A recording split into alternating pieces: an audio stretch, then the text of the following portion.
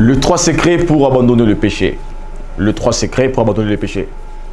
Chers amis, merci beaucoup d'être nombreux de nous suivre. Nous sommes très contents de vous savoir très nombreux. Nous vous remercions parce que nous lisons vos messages chaque jour, vos commentaires et votre intérêt à ces programmes. Merci beaucoup. Nous allons aujourd'hui vous parler de 3 secrets pour abandonner le péché. Alors, nous savons tous que le péché n'est pas bon. Nous savons tous que le péché nous sépare de Dieu. La Bible dit, la main de Dieu n'est pas courte, mais la main de Dieu est rendue courte par nos péchés. Alors maintenant, comment faire pour abandonner le péché? C'est ce qui est difficile, c'est ce que nous ne connaissons pas. Généralement, nous avons le besoin de le faire, mais on ne sait pas. Je me rappelle de celui qui disait j'ai l'envie de faire le bien, mais je n'arrive pas à faire le bien. Alors j'ai envie de ne pas faire le mal, mais je continue à faire le mal. C'est-à-dire parfois on a envie de faire du bien, mais on ne sait pas comment le faire. Parfois on a envie d'abandonner le péché, mais on ne sait pas comment l'abandonner. Et dans ce programme, je vais vous donner 3 secrets pour abandonner le péché. Le tout premier secret pour abandonner le péché, c'est de devenir gardien de sa vigne. Pour abandonner le péché, tu dois être gardien de ta vigne.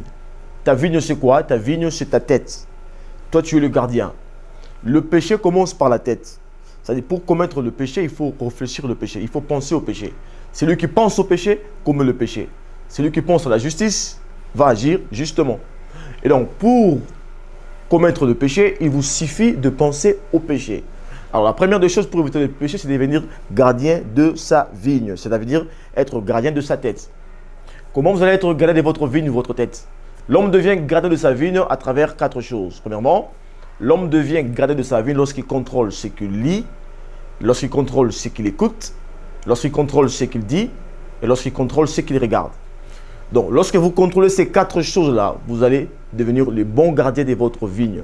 Parce que c'est à travers ces choses-là que vous réfléchissez. Et quand vous réfléchissez, vous agissez en conformité avec votre réflexion. Je vais donner un exemple facile. Alors, si un homme est en train de voir le mal, si l'homme voit le mal, il va penser au mal. Parce que ce que vous voyez devient l'ingrédient pour votre tête. Ce que vous voyez devient l'ingrédient pour votre tête. Votre tête, je vous ai dit, c'était comme un champ, comme une vigne. Et que votre pensée, l'idée qui arrive dans votre tête, c'est comme une semence. Et que la terre produit la semence comme la graine qui a été sémée. De la terre produit le fruit comme la graine qui a été sémée. Si la graine qui a été sémée est bonne, le fruit sera bon. Et si la graine qui a été sémée est mauvaise, le fruit sera également mauvais. Enfin, la métaphore pour comprendre cela, c'est de comprendre l'histoire de la naissance d'un enfant. L'enfant prend le visage de son père parce que l'enfant vient de la sémence du père. L'enfant est la sémence du père. Une femme peut avoir 2 hommes et lorsque la femme a des enfants avec les 2 hommes, vous allez voir que les 2 enfants auront des visages différents. Chaque enfant va avoir le visage de son père.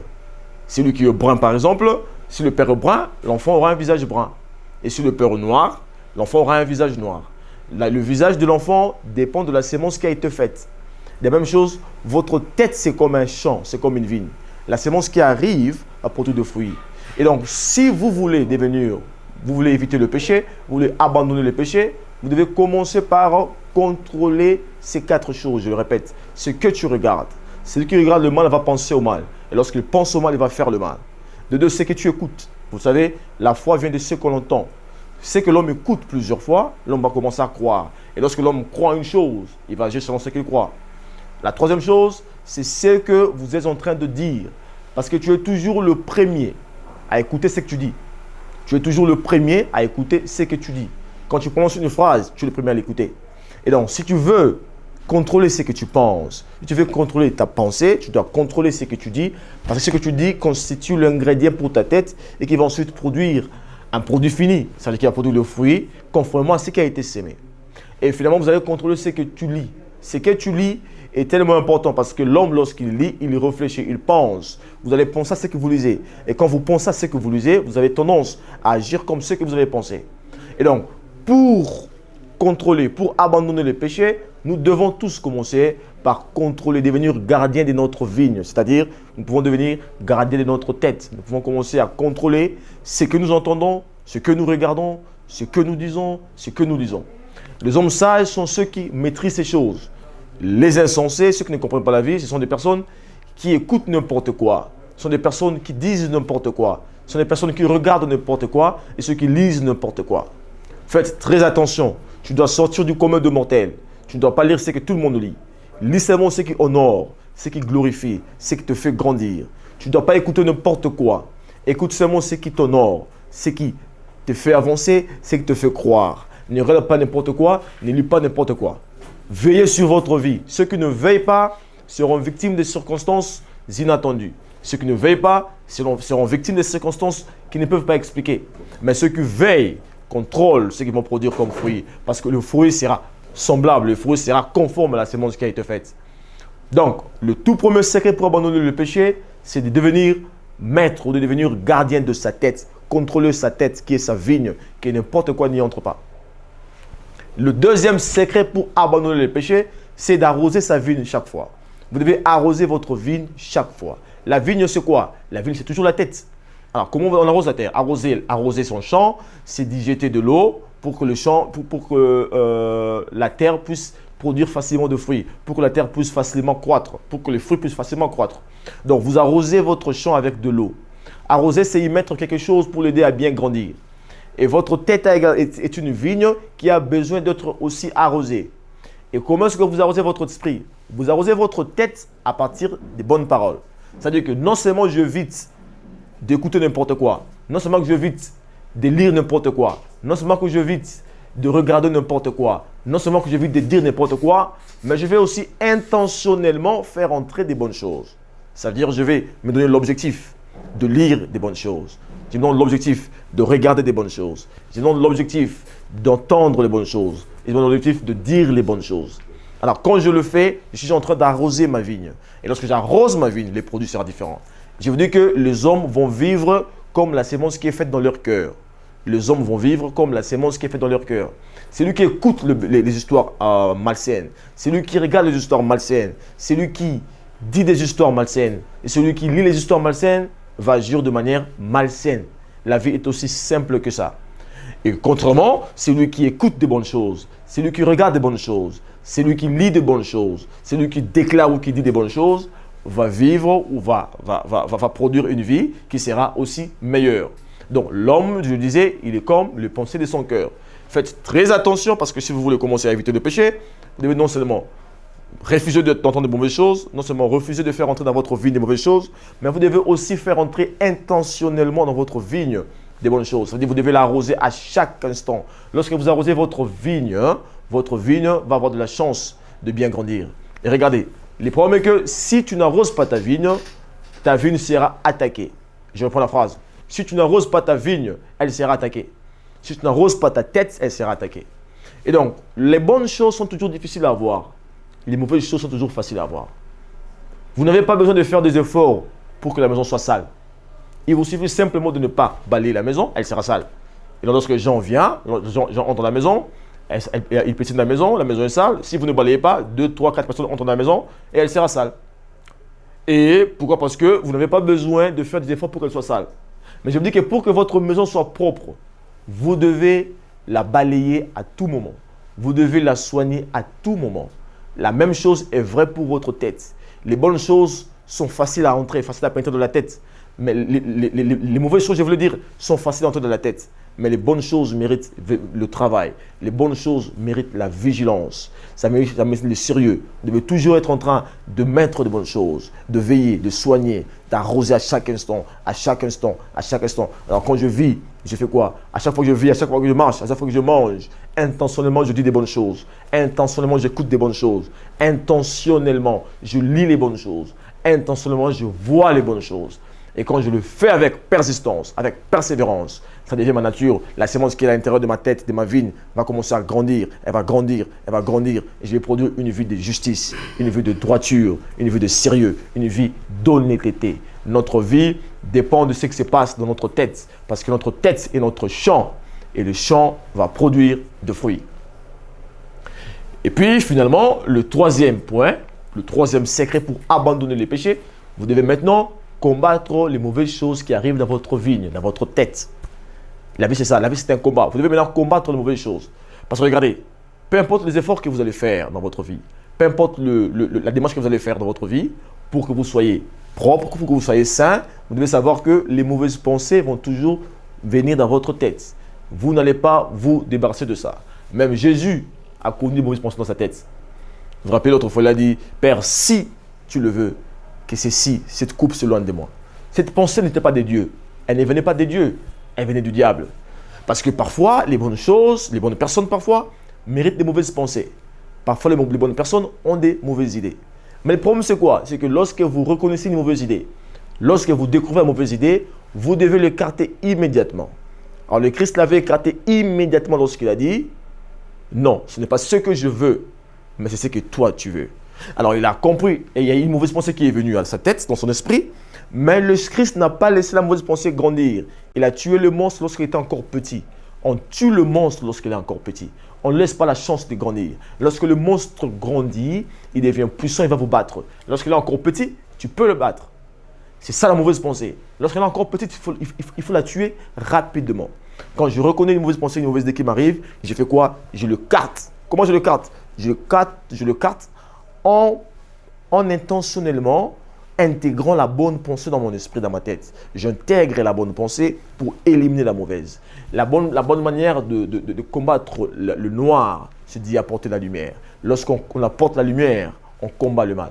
Vous n'avez pas besoin de prier pour combattre le mal. Vous avez simplement besoin d'y apporter la lumière. Et c'est la même chose avec la pensée. La mauvaise pensée vous arrive, vous devez la combattre. Vous la combattez comment? Vous la combattez lorsque vous l'écartez immédiatement et vous faites entrer la bonne pensée. Ce n'est pas ce que je veux, mais c'est ce que toi tu veux. Je dis toujours aux gens que la tête de l'homme, c'est comme un arbre. Tu ne peux pas empêcher l'oiseau de venir se mettre sur l'arbre. Parce que l'oiseau va se mettre sur l'arbre sans que vous puissiez, n'est-ce pas, le contrôler. Mais tu peux empêcher à l'oiseau de construire son nid sur l'arbre. Voilà. Tu ne peux pas empêcher la mauvaise pensée d'arriver dans votre tête. Le monde que nous avons aujourd'hui, c'est un monde qui est tellement complexe. Il y a tellement de mauvaises choses. Le diable a multiplié les stratégies pour détruire les enfants de Dieu. Eh bien, tu ne peux pas dans ce monde d'aujourd'hui. Aussi longtemps que tu auras Facebook, tu auras WhatsApp, tu auras tous ces réseaux sociaux, tu ne peux pas aujourd'hui t'empêcher de voir des mauvaises choses. Parfois, elles vous arrivent sans votre consentement. On va voir des images et des vidéos sans votre consentement. Maintenant, regardez, tu peux du moins empêcher la mauvaise image de grandir dans votre esprit, dans votre tête. Comment tu vas le faire? Tu l'enlèves directement et tu fais pénétrer la bonne chose. Je suis l'image du Seigneur. Mon corps est le temple du Saint-Esprit. Je dois le protéger. Je t'ai créé pour le bien et non le mal. Je ne dois pas me livrer à l'impudicité parce que mon corps est sacré. Et bien, lorsque je pense à ces choses, lorsque je fais entrer dans ma tête ces choses-là, eh bien, elles vont neutraliser la mauvaise image. Mais malheureusement, beaucoup de gens, qu'est-ce qu'ils font? Lorsqu'il y a une mauvaise pensée qui est là, eh bien, ils vont s'asseoir, ils vont commencer à méditer sur elle jusqu'à ce que la pensée devienne grande, les monstres deviennent grands, et quand le monstre devient grand, il va vous abattre, vous allez faire le mal. Et non, vous allez comprendre avec moi, cher ami, que pour combattre la mauvaise pensée, pour combattre le péché, vous avez 3 secrets, parce que votre vie est justement comme une vigne, c'est comme une terre. Et donc, pour combattre le péché, j'ai 3 secrets. Le tout premier secret pour combattre le péché, c'est que je suis gardien de ma tête, j'empêche le mal d'y entrer. Le deuxième secret, pour combattre le péché, je vais faire quoi? Je vais maintenant arroser ma terre avec les bonnes choses. Eh bien, je le garde contre les mauvaises choses et je le protège. Je la protège contre les mauvaises choses et j'y fais entrer les bonnes choses. J'y fais entrer ce qui nourrit, ce qui grandit, ce qui fortifie, ce qui inspire. C'est comme ça que je vais devenir propre, maître de mon propre destin. Et la troisième chose que je vais faire, ou le troisième secret, pour éviter le péché que je vais faire, c'est maintenant de pouvoir combattre le mal. Je combats le monstre lorsqu'il est encore petit. Je combats le mal lorsqu'il veut se développer. Avant qu'il ne devienne un grand monstre, déjà quand il est petit, je le combats par la puissance de la parole, par la puissance de déclaration, par la puissance du salut. Je déclare une chose et dans mon esprit, elle y reste, car j'ai le pouvoir de le faire. Oui, tu as le pouvoir de le faire et moi j'ai le pouvoir de le faire. Regardez, je vais dire une chose qui est tellement importante ici maintenant, à savoir, tu dois jouer le rôle d'un père et d'une mère. Chacun doit jouer le rôle d'un père et d'une mère. Dans une famille, il y a le père et la mère. Le père et la mère, chacun a son rôle. La mère a le rôle de protéger l'enfant, a le rôle d'allaiter l'enfant. La mère allaite l'enfant. La mère nourrit l'enfant. C'est son rôle. Mais le père a également son rôle. Le père joue le rôle de protéger l'enfant contre les étrangers. Il protège l'enfant contre le mal, contre les assassins, contre les méchants. La mère nourrit, le père protège. Chacun a son rôle. Maintenant, toi, dans ta vie, pour ta vie, tu vas jouer 2 rôles. Tu vas jouer le rôle d'un père et d'une mère. C'est-à-dire, tu vas d'un côté, nourrir ta tête avec de bonnes choses, avec des bonnes paroles, avec des bonnes idées. Mais de 2, tu vas jouer le rôle d'un père. Tu dois protéger ta terre contre les mauvaises personnes, contre les mauvaises idées, contre les mauvaises pensées. C'est toi qui peux le faire. Personne ne le fera pour toi. Toi-même, tu peux le faire. Toi-même, tu dois le faire. Si tu ne le fais pas, tu ne réussiras pas. Parce que le mal, je vous le dis, est automatique. Le bien, il est difficile à faire. Il est difficile de faire le bien. Il est facile de faire le mal. Il est difficile de construire une bonne vie. Il est facile de construire une mauvaise vie. Pour construire une bonne vie, vous devez avoir la plus grande forme de vigilance. Et lorsque vous allez abandonner le péché, lorsque vous allez abandonner le mal, les plus grandes promesses de la vie vont vous arriver parce que Dieu vous aime. Vous voyez comme on dit en allemand, if thou, quand on dit en allemand, if du kannst dein Leben auf den rechten Straßen legen, Gott wird dir helfen. Si tu peux conduire ta vie dans la bonne voie, Dieu va t'aider. If du kannst dein Leben auf den rechten Straße führen, Gott wird dir helfen. Nous devons conduire notre vie dans la bonne voie, dans la bonne voie, dans la voie droite pour que Dieu nous aide. Parce que nous sommes appelés pour ça et il veut nous aider. Il veut t'aider. Il veut m'aider à marcher dans la bonne voie, dans la voie de la justice. Tu peux le faire, je peux le faire. Merci de nous suivre. Mabel Alesi, votre humble serviteur. Je rappelle que notre chaîne YouTube s'appelle Mabel TV. Je vous demande de vous abonner. Abonnez-vous sur la chaîne pour avoir les bons enseignements de la vie. On ne critique personne, on ne s'attaque à personne. On prêche la parole de Dieu. On prêche la parole de la vérité. Celui qui a l'esprit de discernement peut comprendre que cette parole, elle est vraie et qu'elle vient réellement de Dieu pour changer la vie des uns et des autres. Abonnez-vous sur la chaîne, première chose. De deux, partagez la vidéo. La vidéo, vous devez la partager. Beaucoup d'autres personnes dans le monde ont besoin de ce message comme vous-même. Partagez avec eux le message. Partagez la vidéo, ça nous fera beaucoup de bien. Parce que ça sauvera beaucoup de monde. Regardez, le salut, ce n'est pas seulement aller prêcher la parole de Dieu. Le salut, c'est aussi partager la parole de Dieu. Et si vous avez reçu un tel message, vous le partagez, c'est bien. Tu peux nous écrire sur notre page Facebook, Mabel Alesi. Tu tapes sur Mabel Alesi, tu nous écris, demandez un conseil, une direction, une prière, on le fera pour vous. Notre page Facebook, Mabel Alesi. Abonnez-vous sur la chaîne et puis activez la cloche de notification parce que tout le mardi, il y a des nouvelles vidéos que nous lançons sur le terrain. Et lorsque vous le suivez, vous allez être fortifié, encouragé. Et les vidéos qui vous montrent la voie de la justice, la voie de la vie et la voie de la paix, ça vous montrera comment réussir et comment ne pas être n'importe qui. Nous vous rappelons que nous sommes aussi auteurs de beaucoup de livres. Votre serviteur, le révérend Mabel Alesi, a écrit beaucoup de livres. Il y a un livre qui est là, La puissance de la joie, qui est un livre en ligne. On lit La puissance de la joie. Il y a notre deuxième livre qui est intitulé Entrepreneuriat, source de développement pour la République démocratique du Congo. Un très beau livre. Il y a un livre qui est intitulé La loi de la sémence. Un tout petit livre. Alors, dans ce livre-là, vous allez voir vraiment la quintessence de nos enseignements, l'expression de notre enseignement, l'expression de notre vision sur la vie, sur la parole de Dieu. Ça vous aidera dans beaucoup de choses, dans le business, dans la parole de Dieu. Et nous rappelons que dans la même série de vidéos que vous allez voir aujourd'hui, il y a également les enseignements sur le business. Alors, vous devez écouter la parole de Dieu, c'est bien bon, mais n'oubliez pas d'écouter aussi l'enseignement de business. Je vous rappelle que ce livre-là, c'est vendu à 10 $ en papier, mais vous pouvez aussi les avoir sur PDF à 2 $ seulement. Je dis bien 2 $. 1, 2. Lorsque vous payez 2 $, vous nous écrivez sur la page Facebook, vous commandez le livre. Avec 2 $, on vous montre le livre en PDF. On vous envoie le livre en PDF que vous allez lire et ça va changer beaucoup de choses dans votre vie. En tout cas, soyez toujours avec nous. Ne ratez pas, ne ratez pas, ne ratez pas aucune de ces émissions. Suivez-les et vous allez être fortifiés dans votre vie de chaque jour. May God bless everybody. Goodbye.